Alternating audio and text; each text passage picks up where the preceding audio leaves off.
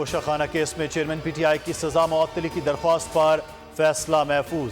Chief justice عامر فاروق اور justice Tariq Mahmood Jahangiri نے فیصلہ محفوظ کر لیا۔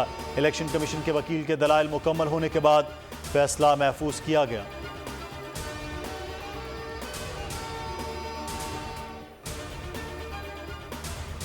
سائفر کیس شاہ محمود قریشی کا 2 روزہ جسمانی ریمانڈ منظور۔ آفیشل سیکریٹ ایکٹ عدالت نے محفوظ فیصلہ سنا دیا۔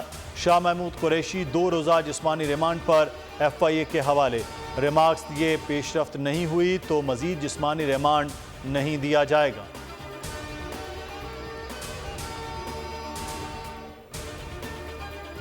ایمان زینب مزاری کی اڈیالہ جیل سے رہائی۔ 12 کو اسلام آباد کے مقدمے میں دوبارہ گرفتار کر لیا گیا۔ اسلام آباد کی انسداد دہشت گردی عدالت نے 30,000 کے مچلقوں کے عوض ضمانت منظور کی تھی۔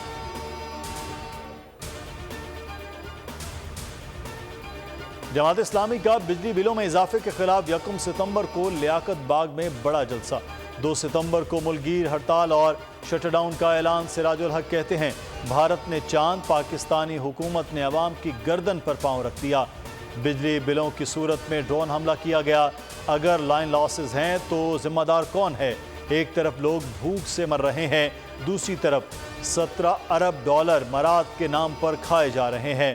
اصل قیمت کے علاوہ تمام ٹیکسز ختم کیے جائیں۔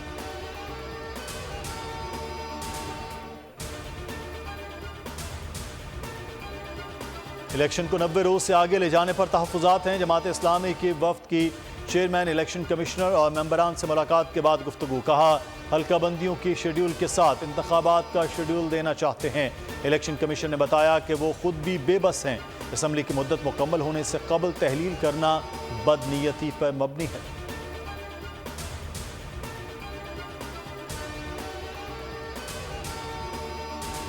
خصوصی سرمایہ کاری کونسل نگراں وزیر اعظم کی زیر صدارت ایپیکس کمیٹی کا اجلاس۔ Army chief general Syed Asim Munir سمیت عسکری حکام شریک۔ سیکرٹری کی خلیجی ممالک اور چین کی سرمایہ کاری کے لیے مختلف منصوبوں پر بریفنگ۔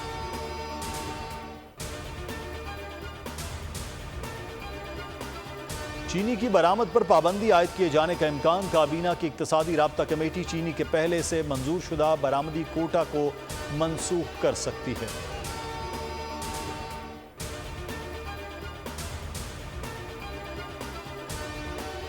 راولپنڈی میں راہ چلتی خاتون سے ڈکیتی۔ تھانہ وارث کے علاقے محلہ حکمدار میں ڈاکو خاتون سے پرس، موبائل فون چھین کر فرار ہو گئے۔ پرس میں نقدی، طلائی، انگوٹھیاں، موبائل فون تھا۔